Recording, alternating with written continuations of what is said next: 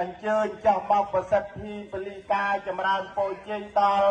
គ្រាប់ពូជទាំងអស់ដែលបានរៀបចំតម្កល់ផលថ្វាយនេះក៏សូមអស់លោកជាងអញ្ជើញចុះមកប្រសិទ្ធិពលីការចម្រើនពរជ័យហើយក៏សូមលោកឲ្យពរជ័យដល់បងប្អូននៅក្រុមកាសហគមន៍ទាំងកធូបក្នុងក្រោមនិងសហគមន៍ទាំង13ខេត្តដែលបានចូលរួមទាំងអស់គ្នានេះសូមឲ្យបាននៅសេចក្តីសុខ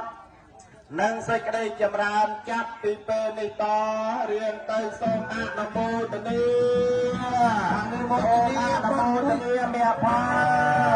សូមអនុមោទនាដល់មហាកុសលនៃទាំងអស់គ្នាសូមអនុមោទនា